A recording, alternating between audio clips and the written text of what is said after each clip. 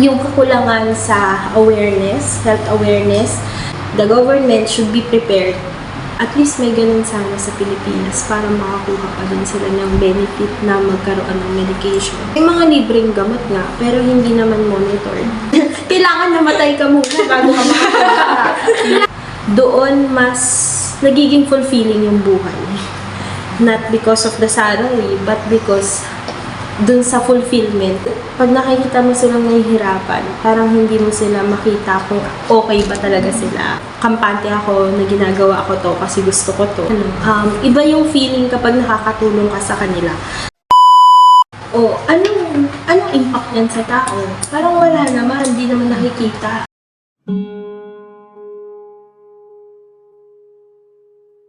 Good afternoon po. Kami po yung group po na mag-interview po. So, yung title po ng interview right now is A Glimpse of Science, Technology, and Society in the Interviewers Field. Ano pong name niyo, ma'am? Ay, ako si Maria Michelle Balbuntin Rivero. Ano po, saan po kayong field na nabibilang? Ngayon, sa pharmacy, so sa science. Pharmacy, graduate ako ng pharmacy. And I'm a licensed pharmacist. So, ayun. So, right now, we are establishing my own pharmacy. So, ayun. Kaya wala tayo. Nag-resign na ako sa work last year pa. Pero, ayun. So, ngayon, we're starting our business para sa pharmacy. So, ayun. Bold. Ilang taon na po kayo sa field niyo po before kayo mag-resign? Ako ay graduate ng 2014 and I started working sa 2014 din. Got my license 2014, started working 2014. So almost 10 years na din. 10 years. 10 years working. So paiba-iba yon na work. So, yung una sa business process output siya. So, under pharmacy benefit management yon sa United States. Tapos yung sumunod, sa community pharmacy. Community pharmacy is yung sa mga drugstore, retail drugstore, like Watsons. So, sa Watsons ako nag-apply. And naging pharmacist ako doon for 2 years. And then, may clinic na may pharmacy akong napasukan. Ang tawag doon ay Family Doc, under Ayala Corporation siya. Pero, ngayon kasi wala na yun. Healthway na sila, Healthway na. So, after no, then comes pandemic, kaya nawala ako doon. And then, ang huli kong work ay sa Department of Health, Pharmaceutical Division. So, ayun.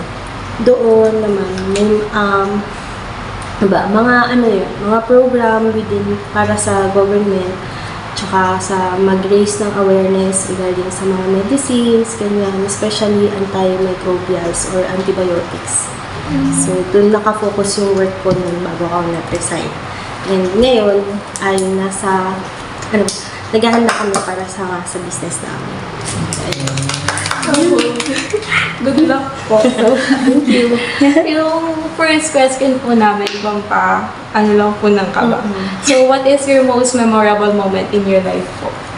Siguro ngayon na I am married, yung pinaka-most memorable talaga. Kanina ko pa nga din ito iniisip. Kasi hindi ko din talaga mawari. Ano nga ba? Pero ang una ko talagang naisip is yung pinanganak ko yung baby ko. Yung first baby ko noong 2021. So, ayun. At the height of the pandemic. Tapos, yun. Kasi I got married 2020. Tapos, nagkaroon kami kagad ng baby. Tapos, nanganak ako ng 2021. So, yun yung pinaka-most memorable na moment ng aking buhay. Especially nung, kahit na groggy siya, yung feeling, pero nung narinig ko na, sabi ko, ba't ang tagal lumabas? Kasi, cesarean ako, so maraming hiwa yun. So, ayan, ba't ang tagal lumabas? Bakit sa mga pelikula? Biglang isang hilahan lang. Pero ayun, so, tas nung umiyak siya, tas nung pinakita siya sa akin, kasi ang tagal bago siya pinakita sa akin, kasi diba, most kung nakikita niyo sa pelikula, pagkalabas, bigay kagad sa'yo. Pero yun, pinunasan muna siya, tinimbang muna siya. Ganun yung procedure talaga, procedural. So, tas yung nakita ko na siya, sabi ko, shucks, kamukha ko. So, ayun. Kaya yun yung most memorable moment in my life. Thank you po. Sa next question po is, what were the events in your life, or if there was were any obstacles that you faced before that put you to where you are now? Siguro, kung looking back, nung mga time na college student ako, yun talaga yung time na walang-wala yung family ko. Kasi sabay-sabay kami magkakapatid na nag-college. Almost sabay-sabay kami kasi 2 years na agwat namin. So, halos sabay-sabay kami nag-college. So, yun talaga yung parang nagtatak sa utak ko na gagalingan ko. Ngayon, gagalingan ko sa college life ko to have my, para mag-give back ko sa magulang ko yung honor na deserve nila. And after no, syempre, to get a job na yung dream job mo na para sa'yo talaga na makakapag-provide ka din for the family. So, right now, ayun. So far, sa 9 years working ko, nakita ko naman na naka-help ako ng maayos sa magulang ko before I got married. And continuously na nagpro-provide pa din sa kanila kapag meron. So, ayun. Parang ayun naman po yung ultimate goal pag kayo Ito naman po, para naman maiba naman. Kasi parang medyo ang mga tanungan. Ito naman po, do you think your zodiac sign is someone related to you, who you are today? Sige. Zodiac sign.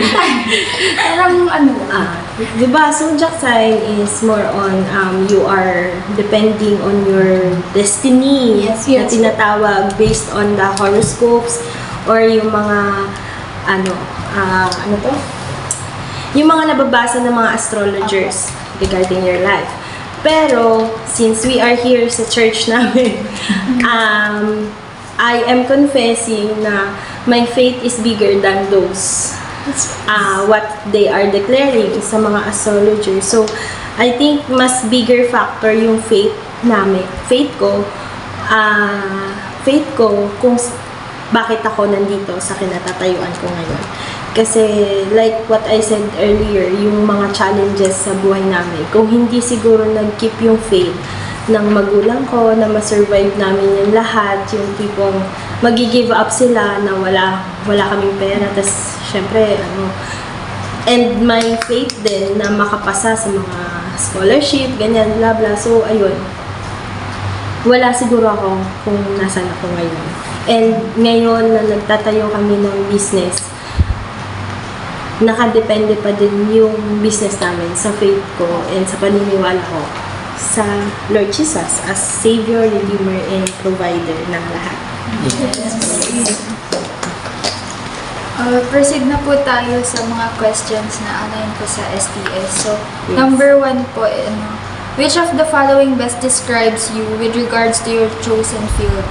So, first choice po is this the field that you dreamed of ever since? Second, did it just suddenly come to you? Third, did someone encourage you to pursue it? Fourth, is this your first choice or is this the only available field back then? Or fifth, were you forced to take the chosen field because it was recommended by your parents? So, dito siguro dalawa. Depende sa nangyari. Kasi, nung high school kami, lahat nagkakagulo na, saan kayo mag-e-exam? Lahat laging ganun, di ba? Saan kayo mag-e-exam na school? Saan nyo gusto? Anong field na gusto nyo? Depende din kasi yan kung anong field na gusto nyo. Saan yung mas pinaka magandang ganito para sa field na yun. So, nung time na yun, wala akong ibang maisip kasi ang gusto ko lang talaga, ang dream ko para sa sarili ko ay maging doktor. But, however, wala tayong means to get there. So, pero, dahil matagal na akong nag-iisip kasi halos lahat nakapag-exam na, ganyan, naghahanda na para sa UPCAT, ganyan. Eh, wala akong ibang maisip na gawin sa buhay ko. Wala akong ibang ma-choice. Tapos biglang nung di nag-fill out na. Tapos, nanaginip ako na itong sabi sa akin, nagtatrabaho na ako sa isang manufacturing pharmacy. So, sabi ko, paano ko nalaman yung pharmacy noong time na yun? Kasi yung pinsan ko noon, sinasama niya ako lagi sa pinagtatrabahuan niyang pharmacy.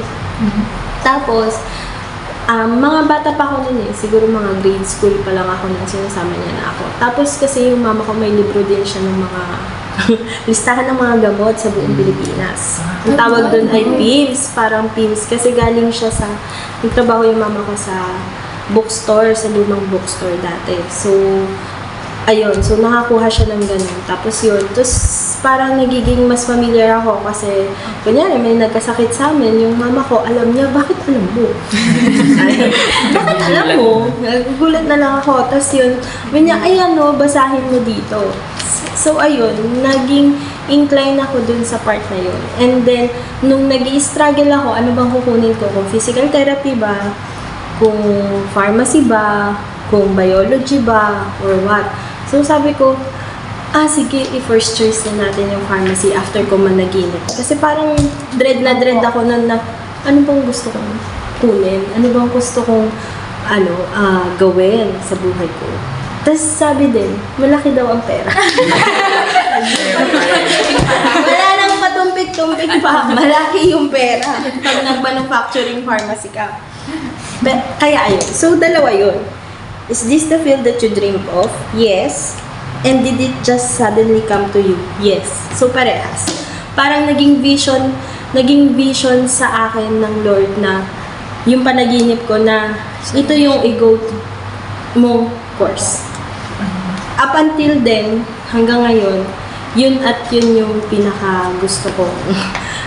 Yung pag tuwing tinatanong ako, kasi pag college tatanungin ka, why did you choose this course?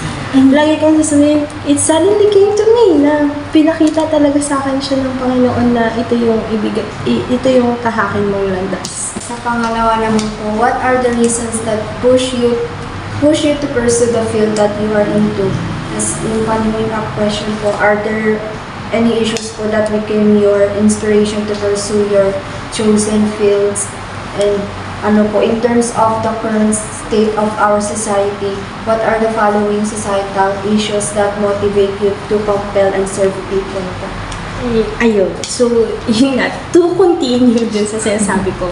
And ngayon, na nakapagtrabaho ako, lalong-lalo na nung nagtrabaho ako sa Watsons, tapos makikita mo yung mga tao, syempre, nung una, takot na takot ako makipag-usap sa tao kasi hindi ako ganun tao. No, before, hindi ako ganun ka-vocal, Pero, doon, sa pagtatrabaho ko dun sa Watsons, parang mas na-develop yung communication skills ko. And, hindi lang yun, yung the way you communicate with the patient or yung mga nakakasalamuha mo everyday, iba-iba merong mayaman, nabibili ng gamot nila, kaya-kaya nilang i-afford, wala silang pake kahit anong explain mo.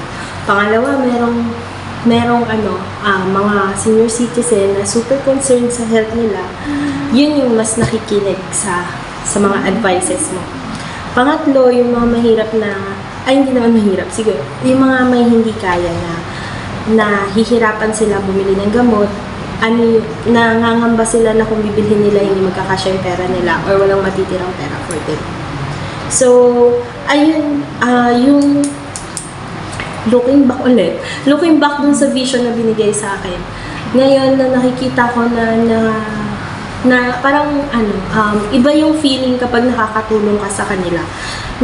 Hindi sa means ng monetary, pero yung means ng natutulungan mo sila how to take their medicines or how to take care of their health.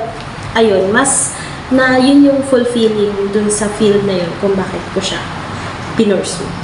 Yun yung mas fulfilling. Nung internship ko, hindi ko yun nakita. Kasi syempre, hindi kami yung nasa frontline. Nasa likod lang kami na makukuha lang ng gamot, pero not literally saying anything sa mga customers. So, ayun lang. Pero, tapos, hindi ko din nakita yung sarili ko sa hospital pharmacy. Kasi, ayoko talaga ng hospital.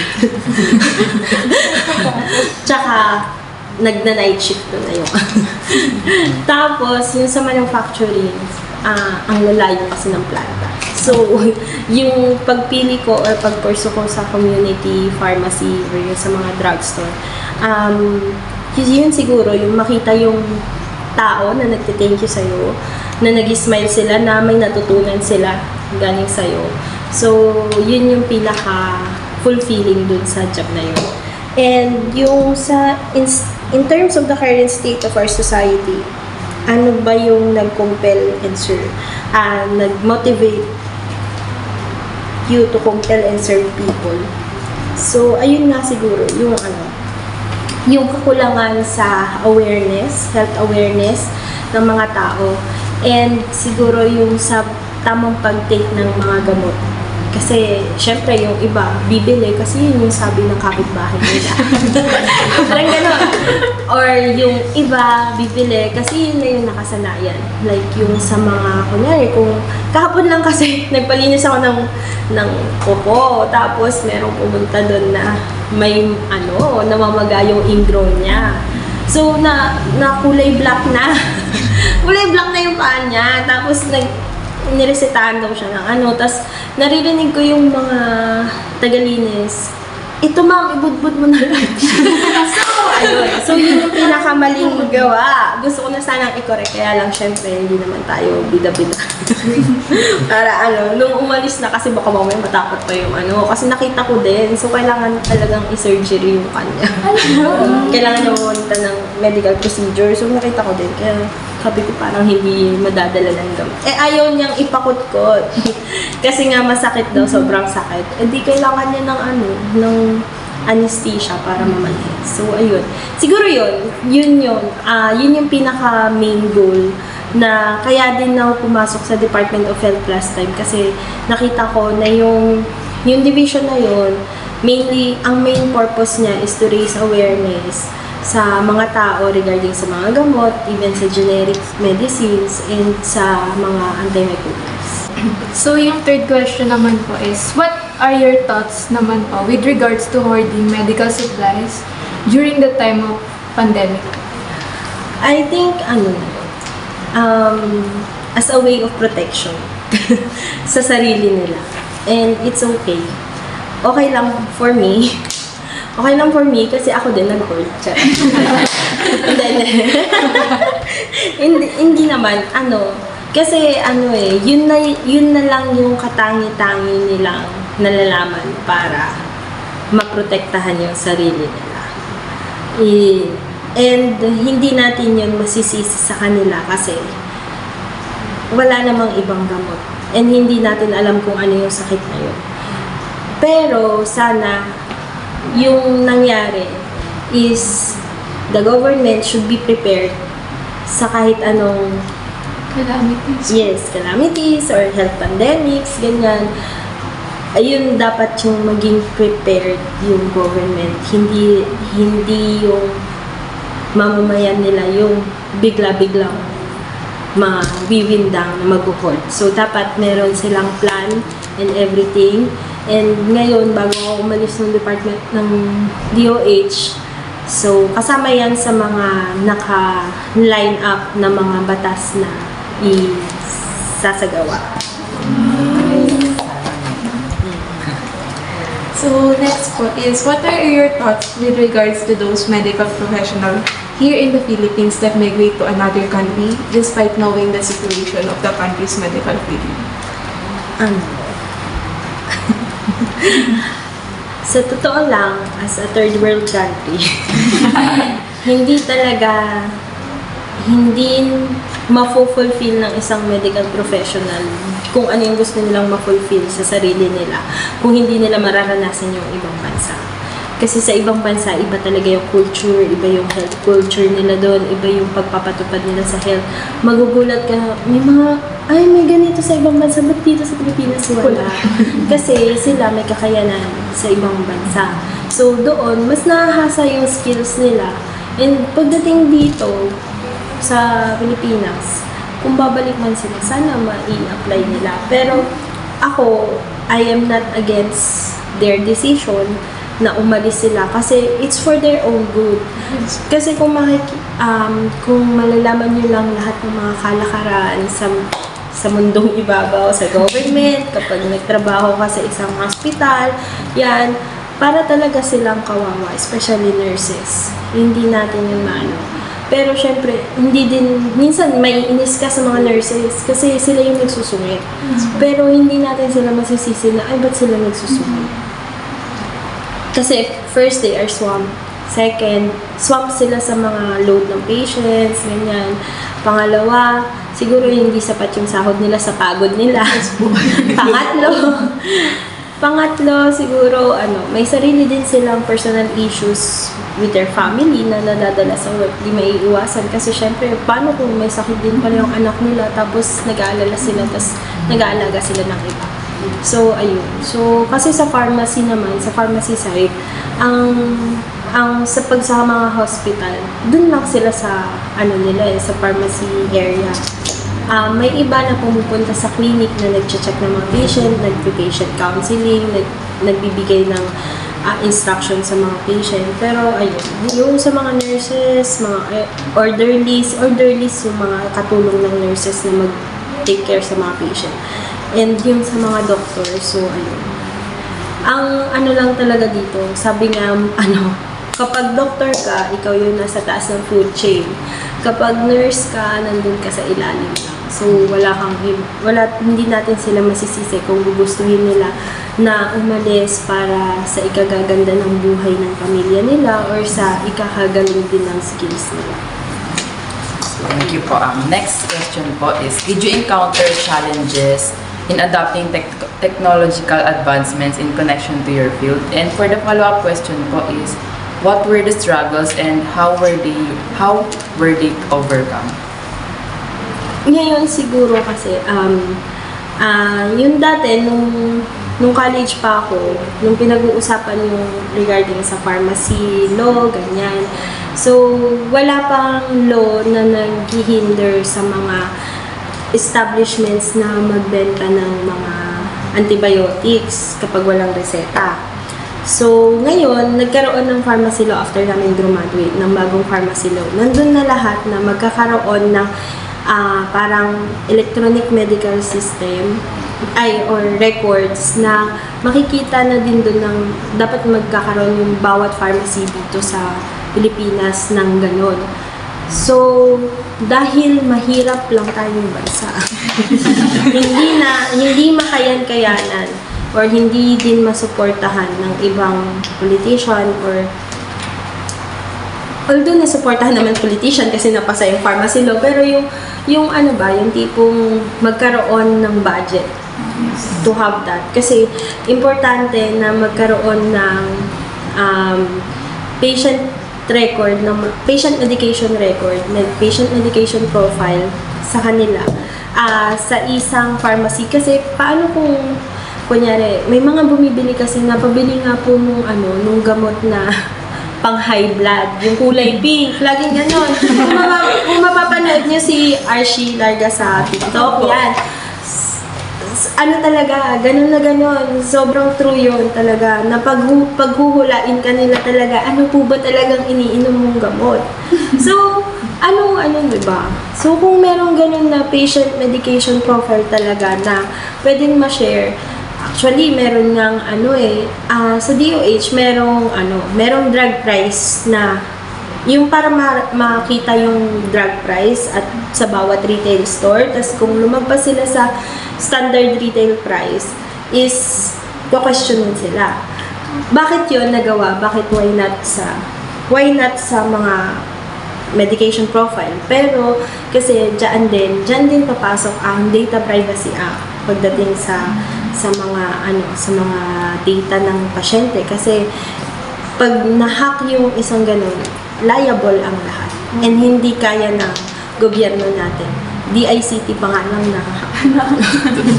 Paano pa kaya yung ganun? Paano makakapag-workout ng ganun yung DICT? Tapos yung DICT, yung Department of ng Computer Technology ng bansa natin, gusto din nila sakupin lahat ng mga websites ng bawat national government agencies. Yung parang sila na yung mag-handle, nasa isang umbrella na lang lahat ng website. Nahahack na sila. So, paano nila gagawin yun? Ayun. So, yun siguro yung kailangan din. So yung patient medication profile na yun, kung bawat pharmacy merong ganun, alamin lang natin yung pangalan ng isang pasyente. Or kung sa isang chain drugstore like Mercury, Watsons, kung meron silang ganun, at least mas easier for them to recognize yung mga gamot ng mga pasyente. And hindi na magkakamali sa pag-dispense. Kasi kapag nagkamali mag-dispense ang isang pharmacist or pharmacy assistant, pharmacist pa din yung mananagot. Sila pa din yung matatanggalan ng lisensya. So, kapag nangyari yun, talagang mamamatay yung pasyente. Kasi marami ng mga instances na nagkamali ng dispense, mga story lang. So, ayun, meron talagang isa na umabot na namatay. So, kaya talagang, ayun, maganda din siguro na technological advancement. Magkaroon ng ganong record. And so, next question naman po. Do you have any unique ideas or inventions in mind that can somehow improve the science, technology, and society's field? And if yes po, what is it? And are you willing and open to share it with us? Siguro hindi na siya unique idea. Siguro kasi di ba nabanggit ko kanina nagtrabaho ako ng parang call center agent siya. Pero hindi, business process output siya na under ng pharmacy benefit management sa US. So, yun, kapag may insurance ka,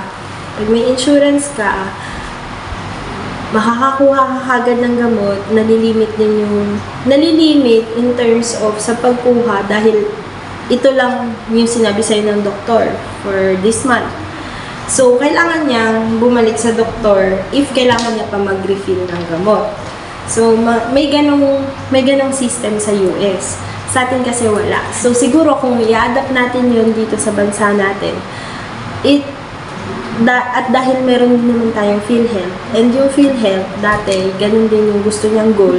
Actually, sa PhilHealth, dapat yung patient medication profile Kasi sila mag-handle ng mga ganun. Pati yung kasi sila yung insurance ng bansa. So, when it comes to health, so, naka-under din sa kanila yung, yung mga ganyang bagay. Pagdating sa mga medication claims, ganyan. So, dapat nasa kanila yun. Pero hindi pa din ma-push through dahil alam nila kung bakit. So, ayun. So, kung siguro matatansyahan na dahil hindi lahat nakakakuha, hindi lahat may insurance, at least yung mga nasa below or yung mga walang kaya na maka-afford ng medicine nila, at least may ganun sana sa Pilipinas para makakuha pa din sila ng benefit na magkaroon ng medication. Kasi may mga libreng gamot nga, pero hindi naman monitored. Kung monitored siya sa mga barangay na nagbigay ako ng ganito. Pero yung may talaga na naka-record talaga siya na ganun yung mga tinitingin ng pasyente. Even dun sa insurance talaga na dapat makakuha yung mga under ng, kahit mga under ng 40s lang. Ganun. So, ganun yung mga pangarap na hindi matutupad. Dahil sa gobyerno. Charing! Yung next question naman po is, what are the advantages and disadvantages of working here in the Philippines, and how does it impact your life? Siguro ang advantage ay malapit sa magulang. Malapit sa mga supporters mo. Kasi kapag na-stress ka na, wala na talaga. Ako, yung ate ko, nurse, nagtrabaho siya sa Saudi ng 2 years or 3 years. Yung ate ko naman na isa sa accounting firm siya nagtatrabaho. bookkeeper. So, nahiwalay siya sa amin for 5 years. Nandyan siya ngayon, nagbakasyon. So, mahirap kasi nakikita mo sa kanila na yun yung disadvantage siguro na pag nakikita mo silang nahihirapan, parang hindi mo sila makita kung okay ba talaga sila as physically. Pero, ayun nga. So, wala yung mga supporters kasi. Pag, yun yung disadvantage. Wala yung mga support system mo. Pag nagtrabaho ka sa ibang bansa. Yung support system mo, nakilala ka talaga simulat sa pool. Iba kasi yung friends lang na nakilala mo dun. Kasi sila may personal issues din. So, dito, working dito din sa Philippines, siguro ang pinaka-advantageous niya ay yun nga, kasama mo yung family mo. And hindi ka, parang siguro, kahit na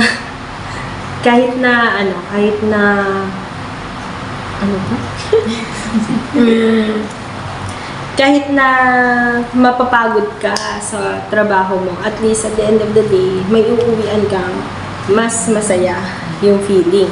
So, sa disadvantage naman, marami. Traffic. Traffic. Ano pa ba? Mahal yung pamasahe. Lagi na lang nalilate. Kasi magpapagas pa yung jeepney driver. Pero, ayun. So, ayun siguro. So, nag-focus lang ako sa advantage. Kasi yun lang talaga siguro. Yun siguro yung pinaka-advantage. Yung disadvantage, naririnig nyo na yan sa lahat. Sa lahat ng Pero, siguro, ang din ay, ngayon, nabalitaan ko kasi, na pataas ng pataas ang bawas. Yung mga mandatory na kaltas sa pag nag-work ka na, like SSS, Pag-ibig, and PhilHealth. Lahat yan, tumaas ngayong taon. Simula nung naging presidente si Duterte at pinatupad niya yun, ay bawat taon nagtataas yan. So, tapos, yung, kunyari, ang kabuo, ang sahod mo ay 20. So, ang 20 na salary sa SSS ay nasa pinakamataas ng bracket. So, kunyari, 3.6 na yung mataas ngayon. So, yung 3.6 na yun, hati kayo ng employer, 1.818. Laki pa din, di ba, ng bawas. Yung PhilHealth, nasa 2.4 na din ata ngayon, kapag 20k yung sahod mo.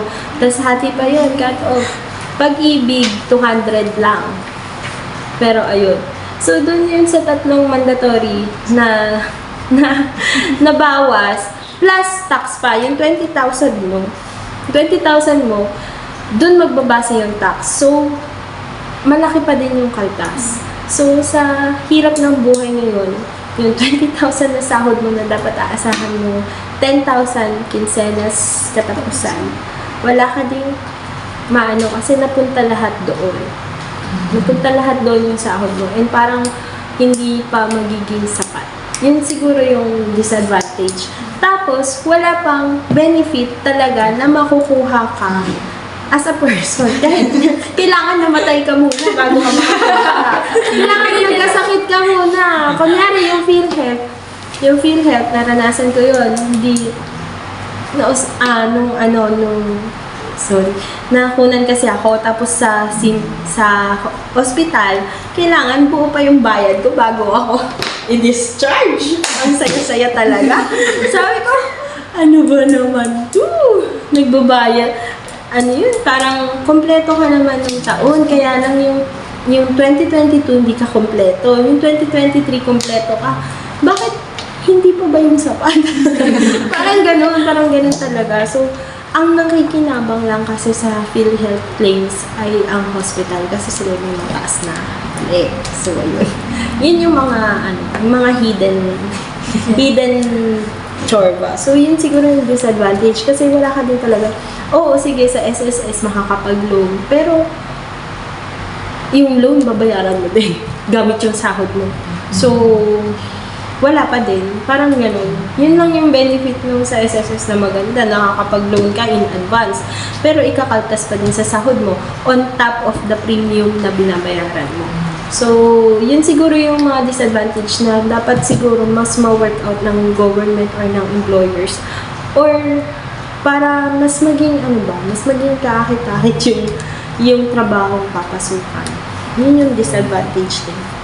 Na, so kung magiging boss ka ng sarili mong business, wala kang iisipin. Tax lang iisipin mo. So, ayun. Yun lang po.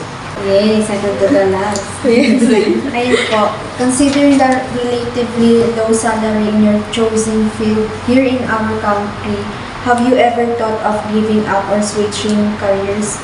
Tapos, why or why not po? And what keeps you on your path knowing the challenges, issues, and struggles that you face or might face po? Alam nyo, naumpisahan ko kasi dahil alam ko, naririnig ko na mababa yung sahod naman talaga kapag nag-community pharmacy ka. And pag nag-manufacturing pharmacy ka naman, wala kang pag-asa kasi kailangan dapat may mga bumper ka. Nauna sa akin na mag-switch ng career, yun yung pagiging, yung pumasok ako sa isang BPO na company. Yun yung nauna. Yun yung nauna. Dahil mas mataas talaga yung sahod dun. Compare nung nag-resign ako dahil nagkasakit na ako, parang ayoko naman ng maging night shift talaga. Ayoko naman talaga kasi ng night shift. Pinilit ko na yung sarili ko. So, nung nag-switch ako, dun ko mas nakita yung kahalagahan. Yun yung nag-Watsons ako. Dun ko mas nakita yung kahalagahan. Baliktad yung nangyari sa akin. Doon ko mas nakita yung kalagahan kung bakit gusto kong magpatuloy kung saan na ako na ngayon. Kung bakit din ako magtatayo ng sarili kong drugstore ngayon. So, kaya, ayun. So, baliktad. Nag-switch muna ng career bago ako napunta sa totoo kong gusto. So, ayun. So, siguro, wala din, kanina, okay, so, aminado tayo na talaga, ang salary talaga ang kasi hindi na naman talaga tayo. Pero ngayon na mas na-realize ko na hindi naman, kahit hindi ganun kalaki yung sahod mo, basta if you keep the faith sa Panginoon at kung saan kanya gustong mapunta, doon mas nagiging fulfilling yung buhay. Not because of the salary, but because dun sa fulfillment, yung sa inner peace, inner joy mo sa sarili mo. Na, ito, kampante ako na ginagawa ko to kasi gusto ko to. Hindi siya nakakalabag sa damdamin ng ibang tao, hindi ka nakakatapak ng ibang tao, nakakatulong ka sa ibang tao. So, ayun. Yun din siguro kung bakit mas nag-switch na ako sa ganitong career ko na magpapatuloy ako sa drugstore and not sa office or what. Plus na din na may anak ako ngayon na kailangan tutukan. So, ayun, yun siguro din yung isa sa mga drive kung bakit nandito ako sa path na to. Thank you po. Last question po. Do you think your hard work throughout the year of working had a contribution to the society or the country as a whole? Bago ako mag-resign sa work ko last year sa DOH, nagbago kami ng division head.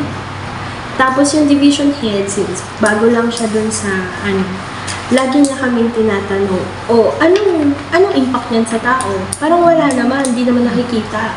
Lagi niya kaming ginaganon. Pero, pero before kasi siya kasi November, December ng 2022, siya naging division head. November, nagkaroon kami ng parang isang malaking event na tinatawag na Philippine Antimicrobial Awareness Week. So doon, doon ko sa kanya pinapatunayan na may nagagawa yung ginagawa natin, Dok. Hindi naman siya basta-basta lang na ganito. It takes hard work na malaman mo. Pero kung kakausapin mo, Dok, lahat ng uma-attend ng trainings, lahat ng uma-attend ng awareness natin, mas magiging masaya ka na nakikita mo silang ganun, na natututo. Sabi, yun yung lagi yung sinasabi sa kanya. Kasi hindi mo siya uma-attend. First time mo lang, ba't ka mo judge? Then, joke lang. Pero, syempre, boss pa din siya. Hindi natin yung sinabi. Boss pa din siya. Hindi pa natin yung sinabi. Pero kapag kunyari, mas napapaliwanag mo sa kanya. Dahil bago siya, kapag mas napapaliwanag mo sa kanya na ganito, nare-realize ko sa sarili ko, ang dami ko palang natutunan. Ako yung mas may maraming natutunan dun sa trabaho ko. Kasi yun yung pinaka-recent Yun yung pinaka-recent. So, yun yung kung nagkaroon ba ako ng contribution sa society, siguro, yes. Kasi sa mga training namin ng mga hospital, mga community, mga barangay centers, mga health station ng mga bawat lugar sa Pilipinas, Region 1 to BARM, ay sa pakikinig ko naman sa kanila, feeling ko may natutunan naman sila. Feeling ko may nakurot sa puso nila as medical professional na mas pag-igtingin yung awareness ba sa tamang pag-take ng mga gamot. So, yun siguro. Pero, it had a bigger impact sa buhay ko kasi mas na-realize ko na dapat sa gagawin kong drugstore, ganito din dapat yung mga ipapatupad or mga i-raise na awareness. Hindi lang magbebenta ka ng gamot na hindi ka lang magbebenta ng gamot na for the sake of sales. Pero sige, sales na din. Pero hindi lang yun. Parang ang mas mag-focus ka talaga is yung naging goal ko ngayon bago namin simulan tong business, ang nasa isip ko talaga as head, as pharmacist, as owner, is mag-focus sa awareness ng tao. Sa health, sa pag-take ng gamot, tamang pag-take, and even yung mga mas makatulong dun sa within the community kung ano man yung nakikita na pwedeng gawin. So, yun lang. Thank you po. Sana may natutunan ko sa akin. Meron po. Parang gusto ko na rin mag-farm. Kung gusto mo mag-memorize. Tan. Wala, grabe naman. Ano tawag dito? Appreciation. Thank you po for everything. Thank you po. Nasave niyo po ang life namin.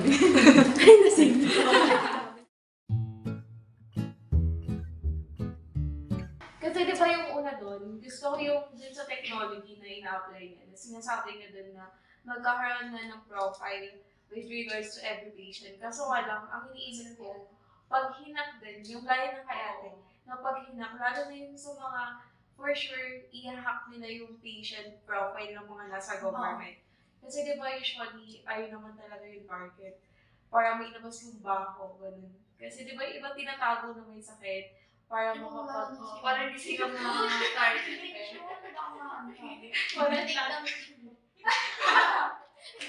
Wala lang. O diba? Pero siguro kung i-implement siya dito, napakalaking money. And kahit siguro ilagay natin yung binulsa nila sa pinket. Pero kung magwala ko binulsa nila, parang hindi din siya may implement unless may budget. Eh kung mangungutang din naman tayo, gaya nung sinabi ng kay Ma'am Oli, kailan natin mababayaran yung utang? At kahit may budget, syempre, dapat hindi nila ibubulsa. Kaya yung budget na nakalaan doon, dapat talaga. Nakalaan talaga doon. Tsaka dapat maganda yung nakaupo. I mean, hindi maganda.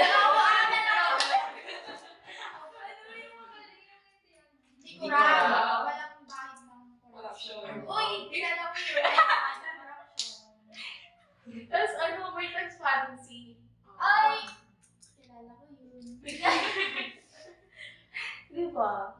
So, ano pa yung next? Kasi di ba, parang malata naman na, talaga, nalilig na talaga yung bansa natin in terms na technological advancement. Isipin mo, nandun na sila sa may patient na nandito pa tayo. Iniisip kung saan napunta yung pera. Kung anong gamot ba yung sinasabi yung yung ibili sa'yo.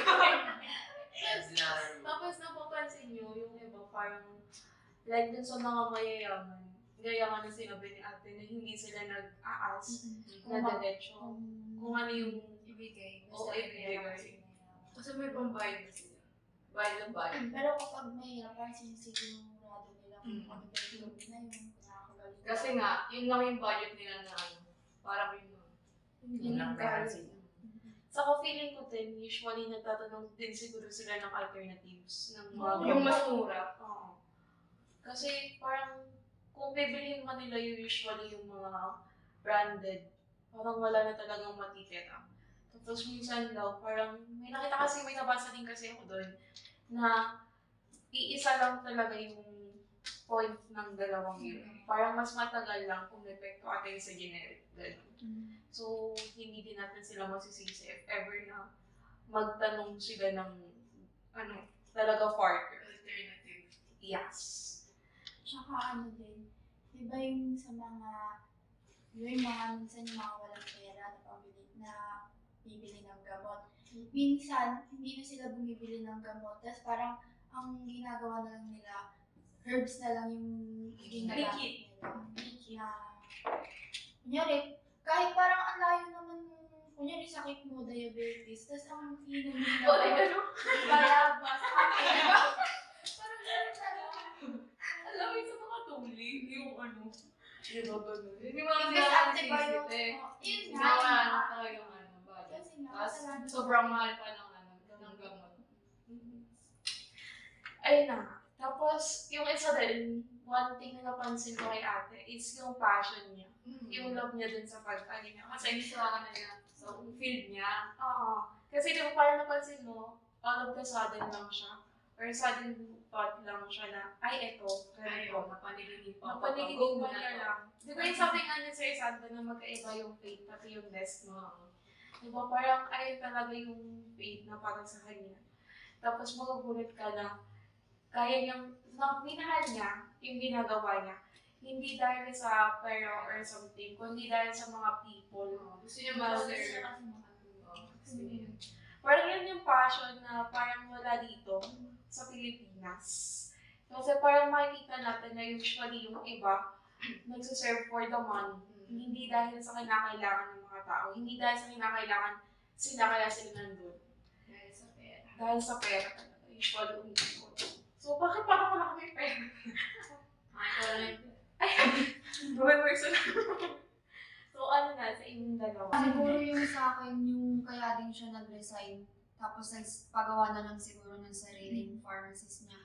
Kasi kung ano yung nakikita niya sa office, parang hindi niya dadalhin dun sa pinaka-binuo niyang business. Na, ayun nga, sinabi niyo kanina na hindi lang basta salary yung inaatupag or naiisip niya, kundi yung para mag-serve sa people. Tapos, yung katoxican din kasi sa office, hindi maiwasan. Tapos, kung meron kang sarili mo na paano ma-improve na walang ganun, tapos kung mag-hire ka din, parang mas magbibuild ka ng magandang pundasyon. Pundasyon ba? Oo, din. Na pwede din ma-apply siguro sa gobyerno. Charis. Ayun. Kasi yung bulok ng Pilipinas. Hindi, pero totoo talaga yun. Kasi minsan, di ba, kaya tayo nagtatayo ng mga business or kaya tayo umaalis sa certain places. Kasi ayaw natin yung mismo parang mga lakad. Kaya minsan, makikita mo na yung mga tao, kahit gaano pa kaganda, kalaki yung pera na nandun, nagbibuild sila ng sarili nila. Kasi ayun yung pinaka-gusto nilang makita. Sa ano yung kulang dun sa pinagtatrabuhan nila. Oo. Eh, yung gusto nilang makunan. Mapunan. Oo. Parang, kung ano yung gusto ko, ako yung gagawa. Ayun ang meron dito sa Pilipinas. Ay, yung lang. Parang totoo. Yung parang minsan, hindi natin kailangan, or hindi, parang, kung meron naman tayong kakayanan na gumawa ng something na gusto natin, then go. Hindi na natin kailangan i-asa pa sa ibang tao. Pero, ayun nga. Ikaw ang nagagawa ng action. Yes. Pero syempre, if you have the capability. Capability. Tama talaga yun.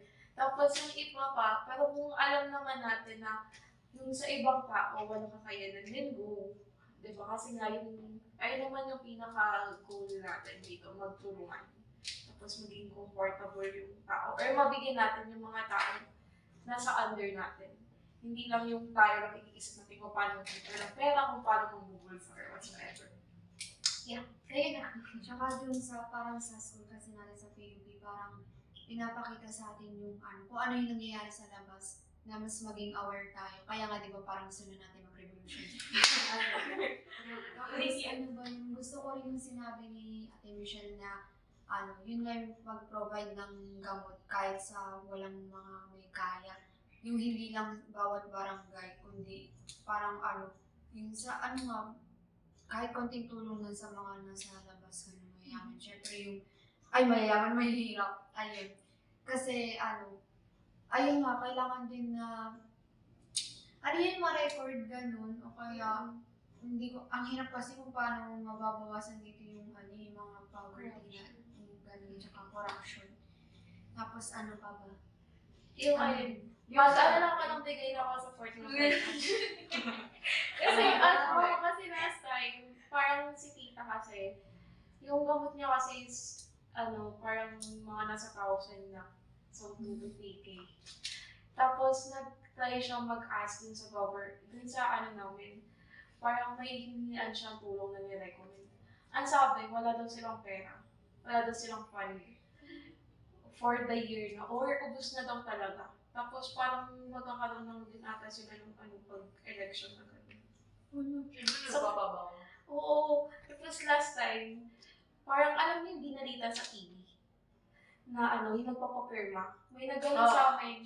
May nagawin sa amin as in. So parang feeling ko, mas maganda talaga yung sinabi din ni Ate Michelle na awareness for everything din. Aside sa gamot, mismo sa mga anything na may kinalaman sa field. Hindi lang din dun sa gamot magpo-focus, kundi din dun sa mga pwede nilang lapitan just in case na kailangan nila ng assistance ng government. Go. The floor is yours. Yung nalagdag ko na din sa yung sa mga thoughts niya sa mga umaalis ng Pilipinas. Yes. Kasi, sabi niya, parang hindi naman din masisisi sila kasi nga mauna, pagod na sila, hindi man sila binabayaran ng tama, tapos ganun pa yung trabaho nila. Mahirap, pagod, tapos parang full day talaga hanggang madaling araw, nagtatrabaho pa sila. Tapos, mababa yung sweldo. Tapos, ano pa ba? May kaltas pa ng So, marami pang kwaltas. Tapos, ayun nga, nasabi din na tumataas yung kaltas, tapos kulang nga yung mga advancement ng technology sa hospital, nahihirapan ma-maintain yung parang mapadali yung trabaho nila. Tapos, siyempre pag umalis sila ng Pilipinas, malaki opportunity kasi malaki yung advancement, malaki yung sahod. Parang, piling ko nga rin maraming nurse sa ibang bansa eh. Hindi, kumbaga general, kasi malaki yung sahod. Sa medical field. General na trabaho. Kasi ang nangyayari kasi dito sa atin, imbis na magkaroon tayo ng inspiration, parang nangyayari dito, imbis na madagdagan yung week to live, nagkakaroon tayo ng burnout. Binababa kasi Sa pamamalakad mismo, imbis na parang, ay, dapat ganito yung gawin ko. Pero yung iba naman, masala sila na-inspire. Pero usually talaga burnout yung nararamdaman nila sa field na pinapasukan. Parang, imbis na tumaas lalo yung pagmamahal. Ay, sige. Wala. Tapos sa baba. Dapat, di ba parang kapag in terms of medical health, dapat sila yung prioritize. Kasi since maraming nag-nurse, maraming gustong tumulong sa mga may sakit, sa mga tao, sa general. Dapat mataas din yung sahod nila. Maraming dapat na benefits. Hindi lang yung kapag namatay sila, tsaka doon lang. Tsaka na parang abuloy nila. Kaya dapat yung totoo ng gobyerno, dapat sa mga talaga, yung mga malaking ambag sa community and country sa economy natin and sa buong mundo. Pero parang pinupoint niya rin na sana daw yung mga nag-iibang bansa. Parang yung mga advancement. Kasi syempre, di ba nahuli na yung bansa natin pagdating sa medical. Parang gusto niyang i-point out na sana yung mga nag-a-abroad. Dahil dito kung ano yung pinalaman nila. True. Tsaka parang isa din na pinoint niya yung support system ng yung kaiba ng support system ng nasa abroad sa nasa dito. Kasi parang sinabi niya na yung ate niya na nurse na nandun, parang hirap or parang hindi nga nakikita yung kung gaano kapagod. Samantalang yung dito, parang kaya niyang mag-gain ng energy kasi hindi na kaya. Pahinga. Kayo ba? Aalis ba kayo dito? Or nakikita niyo yung sarili niyo na aalis dito? Makikita ko yung sarili ko mga Oo, te. Na-inspire ako para umalis dito. Pero totoo, siguro mag-work ako muna dito. Saka pag may gusto akong malaman, then doon ako magmamigrate. Then babalik ako dito. Para sa knowledge. Ikaw, Ako siguro, dito din muna. Bala kasi magbarko since May barko dito. Ano ba kailangan sa may barko tayo? Hindi. Kasi nga, kung iniisip ko kasi sa pera, kasi nga gusto ko din magpayaman. Kaya, kasi sa trabaho na yun, mas maano ko yung passion ko sa pagluluto din, sa pag-serve din. Pero kung ano yung ibibigay sa akin, tatanggapin ko din. Pero siguro dito muna. Pero ewan ko. Hindi natin alam. Sa akin, 50-50. Parang gusto ko muna dito work para mag-ipon. Para pumunta na ibang bansa. Parang gusto ko lang siguro dalawa para doon din may bayakin ako doon. Tapos parang may business dito sa Pilipinas. Tapos para mag-travel na lang ako sa ibang bansa. So parang yung ko pa rin, parang sa Pilipinas pa rin dapat meron akong parang give back ba gano'n. Kasi ayok yan nga, di ba? Oo, dapat nag-serve sa country pa rin.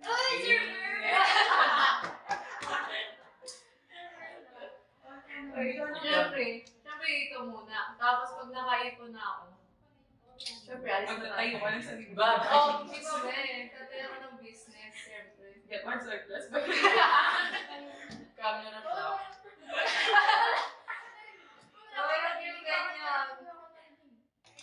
Sa akin naman, after ko graduate, na ako. Ako din mamamala ng business namin sa US.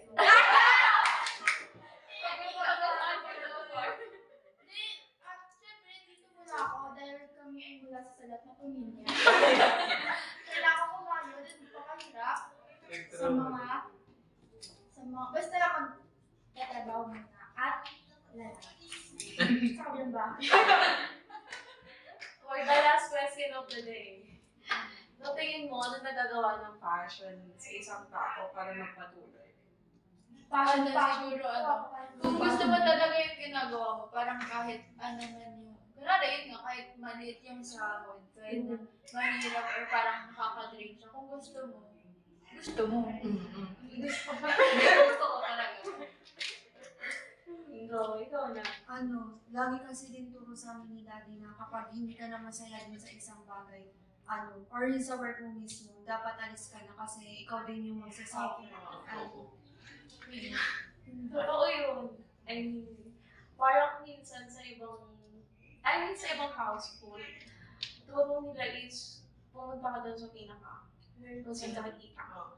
Kung saan, Pero hindi nila tinitignan yung yung sa practicality.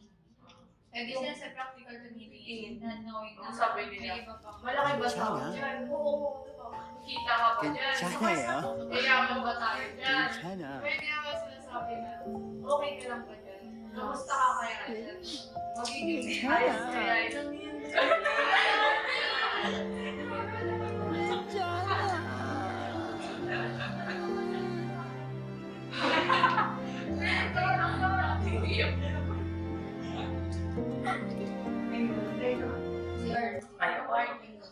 Yung passion.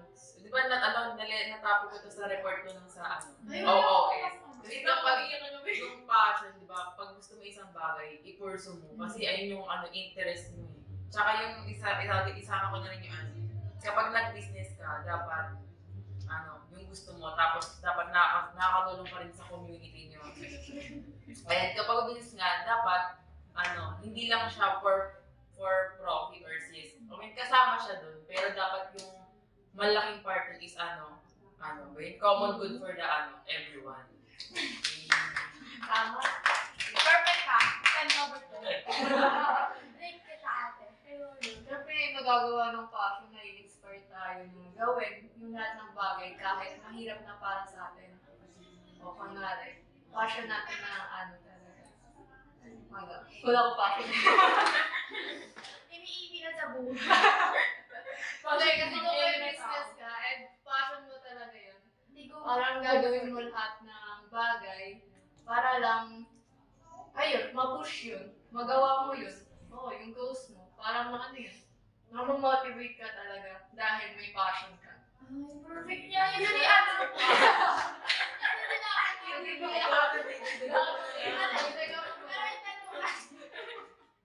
Ano na nagawa ng passion sa buhay? Or sa life itself? Or sa work? Siyempre, pag may passion ka, meron kang will to live. For totoo, I mean, di ba pag nasa passion mo, imbis na nababurnout ka, like what I've said a while ago, English ka dyan? parang imbis na ma-burnout ka, nagkakaroon ka ng will to live. Ginawa Parang yun. mag-serve. Totoo kasi yun, parang napapahaba ng buhay mo yung passion eh. Pero kung hindi mo na nararamdaman sa isang bagay yun, siguro alis. Parang Kaya not nga for sabi you. ni Hindi Karen, na para sa'yo. hindi na para sa'yo kasi hindi naman forever tayong nandun sa isang circle. Kung baga as time passes by, nag-grow, tapos may mga bagay tayo na na-outgrow. And para tumigil yun, kailangan natin siyang ikat sa mismong buhay natin. Kasi kung hindi, makukuha na tayo. Tayo lang din. Parang at the end of the day, tayo tutulong sa sarili natin. And ayun nga, tayo pa rin yung tutulong sa sarili natin. Tapos, mas maganda din yun kung meron tayong support system. Ayun yung pinaka-ano. Kasi parang, pag hindi mo na alam yung buhay mo, or parang hindi ka sure sa buhay, may mga taong ugin ka ba na at the end of the day, kahit anong pagod, or parang ano yun, parang sila yung pinaka-ano mo. Highlight of the day. Oo, highlight of the day mo. Parang, hindi ka nila tinitignan sa kung anong meron ka. Tinitignan nila kasi ikaw yun. Part ka ng family and the pwede. Hey, Yun ay, ang help you. wait lang. Ano Kasi dito, di ba, yung sa may hoarding, may ganun tayo. And sabi ni ate na, di ba, hindi naman daw kasi masisisi. Kasi nga, sobrang panic na talaga ng mga tao. Hindi nila alam kung saan ba nagmumula yung pandemic na yun. Eh, saan ba yun? Parang yung katulad na narinig. Ano ba naman yung... Alam na ako din. Datay ka Pero lang yung mga GCQ. Pero di ba nasabi niya na may mga law daw na ibababa yung DOH na para mag-ready na just in case. Pero meron naman na doon na matagal na nakalagay. Pero ayun din, wala rin yung Wala rin budget. talaga. yung process mismo and yung peka talaga, eh naman talaga may trouble. Budget Yung talaga. emergency fund. Kulang yung emergency fund. Dapat nagatutukan yung mga bigla ang pangyayari sa mundo. Instead na mag-build ng something like yung mga pandemic sa Infrastructure. or mag-build muna tayo siguro ng matatag na health security Para sa mga basic needs talaga. Yung needs Para na kasi- needs natin. Parang pagka malalaki yung mga ano dito, mga building, akala nila yung bansa mayaman na. Malaki yung naman Mas na pero ang mga tao, di ba, mga tourist dito na doon nakikita pero yung iba't ibang lugar na napupuntahan ay hindi nila pinupuntahan, hindi nila alam na nagsasuffer tayo ganun. Wala mo lang proper healthcare. Kasi di ba yung sa sinabi ni Ma'am na di ba sa BGC, tapos pag anong mo dun, Sa sa bilang guys, water area. Tapos yung mga totoo parang yung balita doon, halimbawa may namatay sa BGC. Parang wala masyadong friend doon. Parang tinatago nila kasi bababa daw yung value ng lugar, place. So, bakit? Okay. So, So, bakit bakit ako napunta naririnig na matayan ano man sa So, wala mo nakikinig eh. Ito, ano, kasi. Kaya balik na tayo sa hoarding. Okay na. Okay na ba? Huwag na tayo lumayo. Ayun. Siguro kaya din kaya din kaya siguro din tayo napunta dyan para tsaka yung sa interview din nagkaroon tayo ng awareness. Hindi ko alam kung ganito din yung na-feel nyo. Kasi ako, parang ayun, parang ang dami parang plano, pero yung parang sa funding at saka sa gobyerno lang talaga yung may problema. Tapos akala ko kasi parang walang mga plano na kailangan, yung ako yung nakakapansin, tapos parang hindi nila nakapansin. Tapos ayun, nalaman ko na, ayun nga, dami ng plano, pero nga, hindi nga masyado na-actionan. Kumbaga, hindi talaga problema yung mismo nagtatrabaho doon.